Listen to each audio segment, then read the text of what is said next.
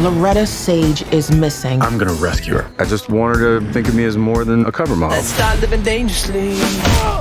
Alan, what are you doing here? We're here to save you. I'm certified CPR, I'm certified CrossFit. I have snacks. After them! This is like your book. We're on a Lovemore and Dash adventure right now. I'm gonna help you out a little bit. Let's go. What are you doing? Don't do that. Oh, God, get out of there. This is not a romance novel. Jungles eat people like us. Ah, what is that? Get it off. Please. I can feel him sucking my soul. River like a bandit. Don't make that sound. Feels like there's more. Holy Mother of more? God. They're just sucking on my butt like a big old Jamba Juice. We're so close. I could actually find the lost city.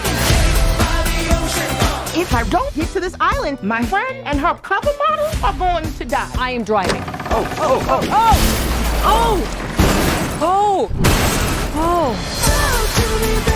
Aloha.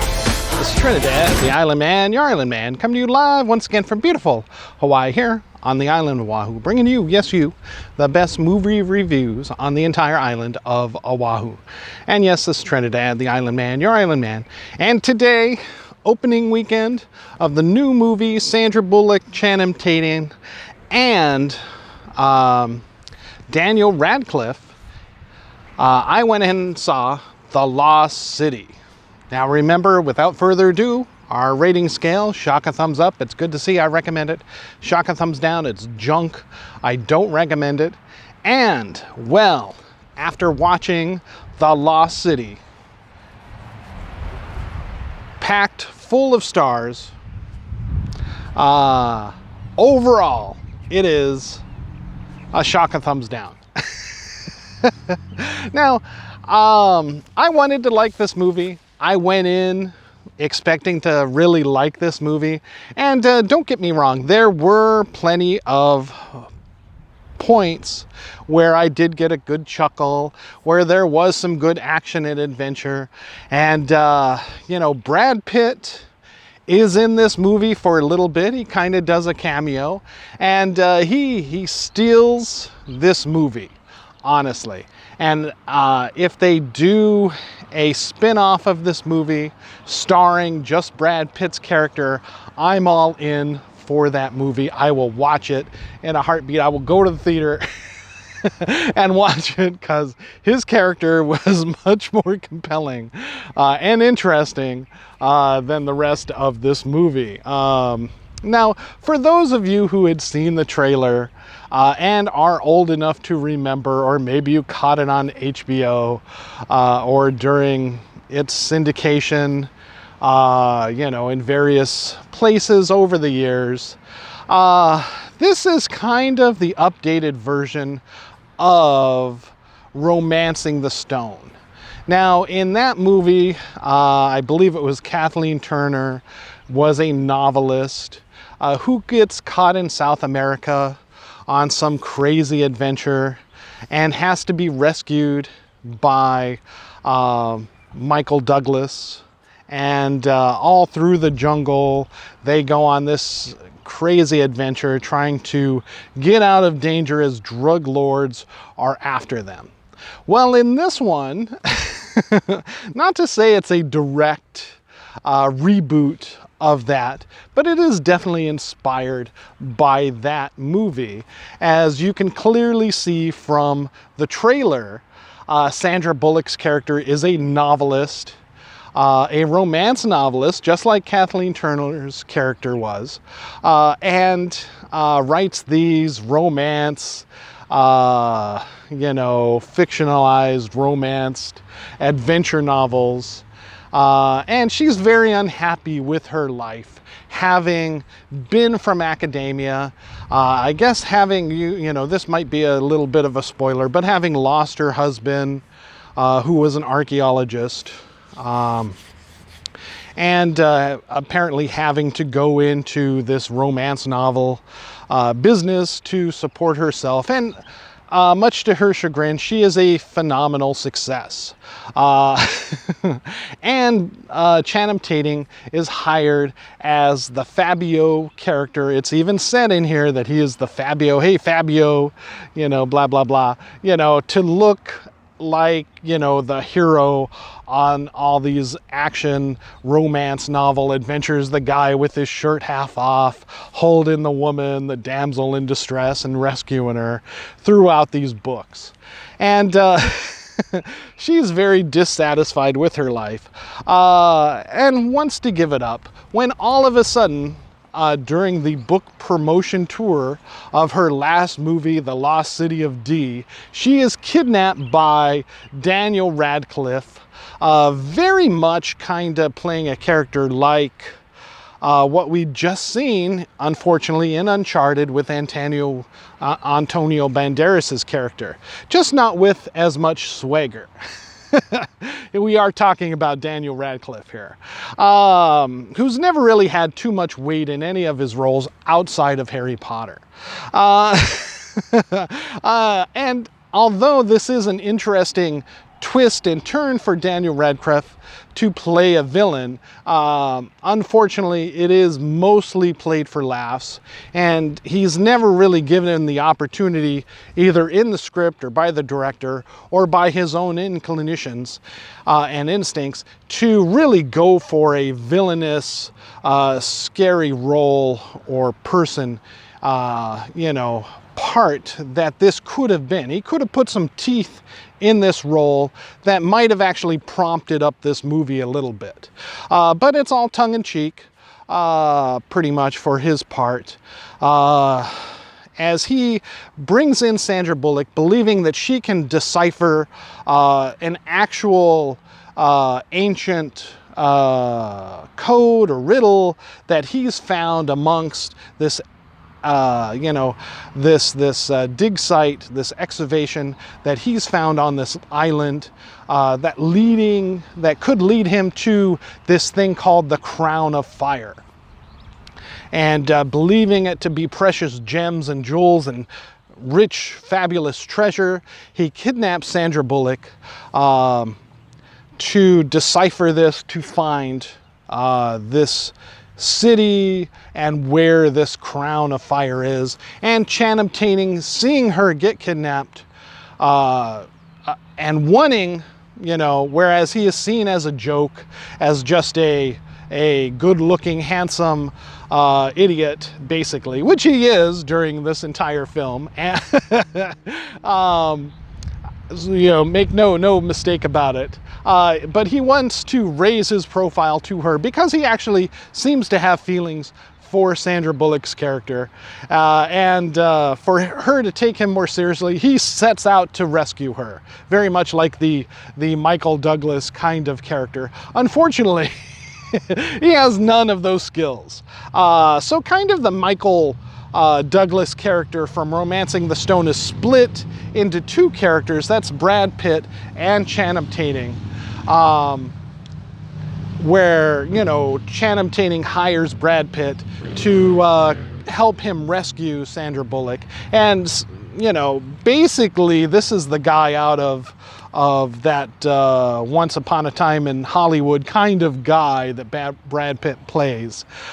Muscle, Navy SEAL, etc., you know, adventurer. So he's all ready for it. Unfortunately, you know, it comes down to just Channing Tatum and Sandra Bullock, you know, having to struggle and survive on their own, whereas Brad Pitt is unable to continue this mission. Well, I won't go into any more spoilers in case you do want to see this, although I do say it is a shock a thumbs down. Some people, you know, it's a shock a thumbs down to me, and I would not recommend it outside of streaming with a shock a thumbs down.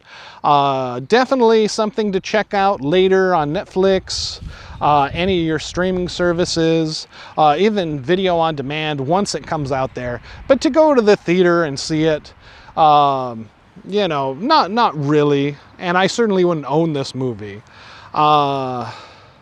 There are some good laughs in it, some good comic moments, and with Brad Pitt, some good adventurous action scenes.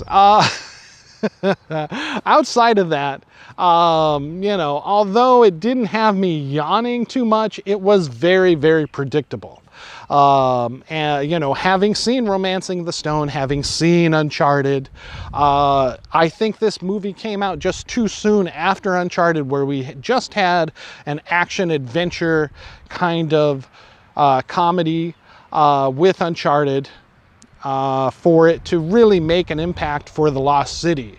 I do admit that some of the sets for the Lost City would have went better in Uncharted if they had had the time and spent the extra money to push that.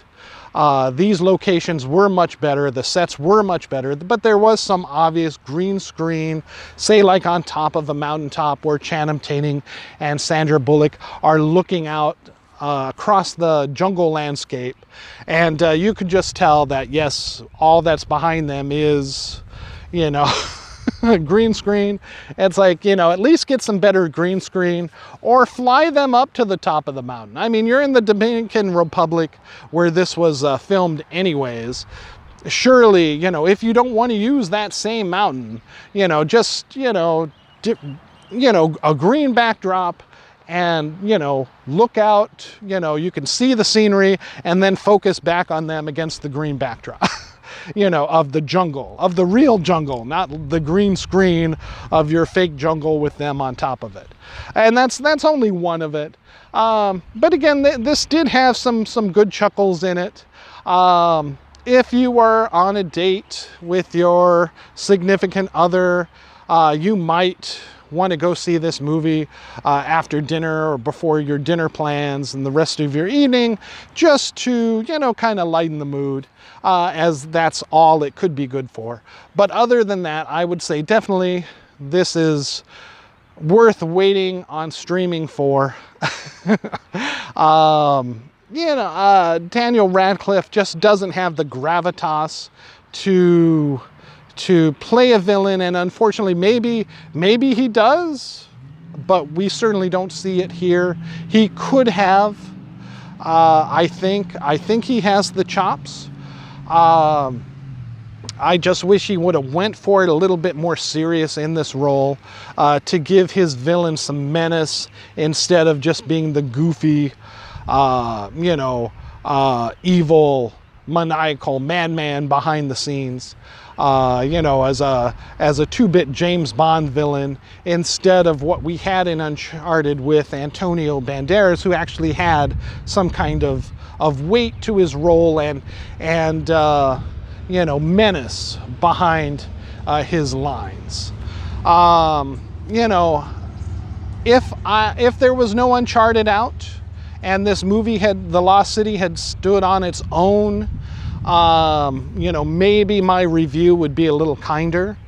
But having, you know, being an aficionado of Romancing the Stone, I feel that I still would have criticized it harshly with a shock of thumbs down, as it does not compare or live up to even remotely that movie, which was in such high regard. And even spun off a sequel, The Jewel of the Nile, with Michael Douglas and Kathleen Turner. And, you know, this one The Lost City may do business enough to do a sequel. Again, I would rather much see maybe a sequel or a spin-off led by Brad Pitt, focusing on Brad Pitt's character, and with maybe Sandra Bullock and, you know, Channing Tatum in the background, because that would be a much better movie. But, you know, if they do a sequel to The Lost City with Sandra Bullock, Channing Tatum, you've really got to keep Brad Pitt in for the entire movie this next time around, I feel. And maybe then it will be worth a shock of thumbs up. But again, for this iteration of The Lost City with Sandra Bullock, Channing Tatum, brief appearance by Brad Pitt and Daniel Radcliffe, trying to be Voldemort and failing horribly. I can't say he failed, because maybe he just did this as written and he's just supposed to be a joke of a villain. And unfortunately, he feels like a joke of a villain. Whereas I think if he had had more gravitas, like I said, then maybe the movie would have been a little bit more, had a little bit more oomph and power. All right, those are just my thoughts on The Lost City. I do not recommend you see this movie. Shock a thumbs down. Just wait till it's streaming and you'll enjoy it there at home, in the comfort, at your own convenience later on.